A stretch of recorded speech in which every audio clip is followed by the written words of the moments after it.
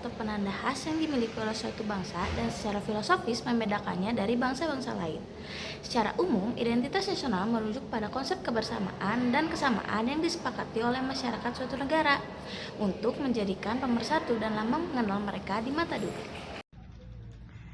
Nah, di sini saya akan menjelaskan mengenai dua komponen utama pada identitas nasional. Yang pertama ada identitas primordial atau identitas kesukuan. Nah, apa sih identitas primordial itu? Identitas primordial itu adalah identitas yang terbentuk secara alami dan terbentuk sebelum adanya negara bangsa modern. Lalu, identitas primordial ini merupakan bahan dasar terbentuknya identitas nasional. Contohnya ada pada suku bangsa, agama, bahasa daerah, dan budaya lokal. Nah, kemudian yang kedua ada identitas instrumental atau identitas buatan, yang dimana ini adalah penanda yang diciptakan, dirancang, dan disepakati oleh negara sebagai simbol persatuan dan pembeda.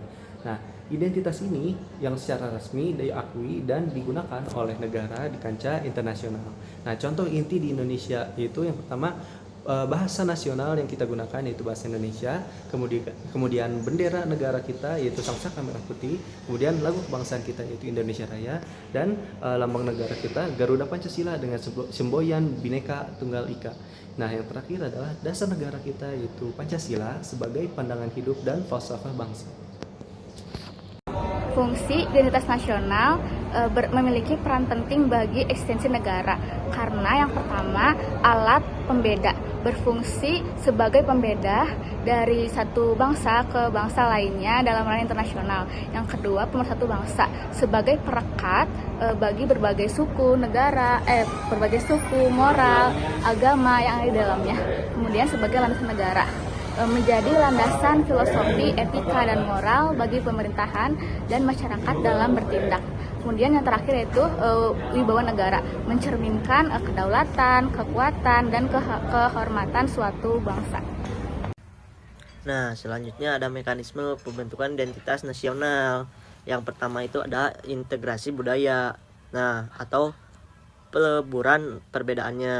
Nah, tahapan ini adalah pengakuan bahwa meskipun kita berbeda, kita berada dalam satu kesatuan. Proses ini didorong oleh rasa senasib, yaitu sepenanggung yang berpengalaman atau pengalaman sejarah bersama, terutama penderitaan selama masa penjajahan dan perjuangan meraih kemerdekaan Indonesia.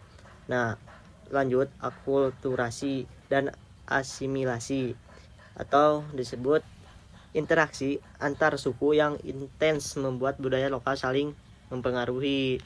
Nah, selanjutnya yang kedua, penentuan simbol atau penciptaan kesepakatan. Nah, para pendiri bangsa secara sengaja merumuskan dan mempersatukan yang bersifat resmi oleh seluruh warga negaranya. Nah, yang ketiga itu ada internalisasi nilai atau penanaman jati diri. Nah, setelah simbol dan ideologi ditetapkan, mekanisme berikutnya adalah memastikan nilai-nilai tersebut hidup dan diyakini oleh setiap warga negaranya.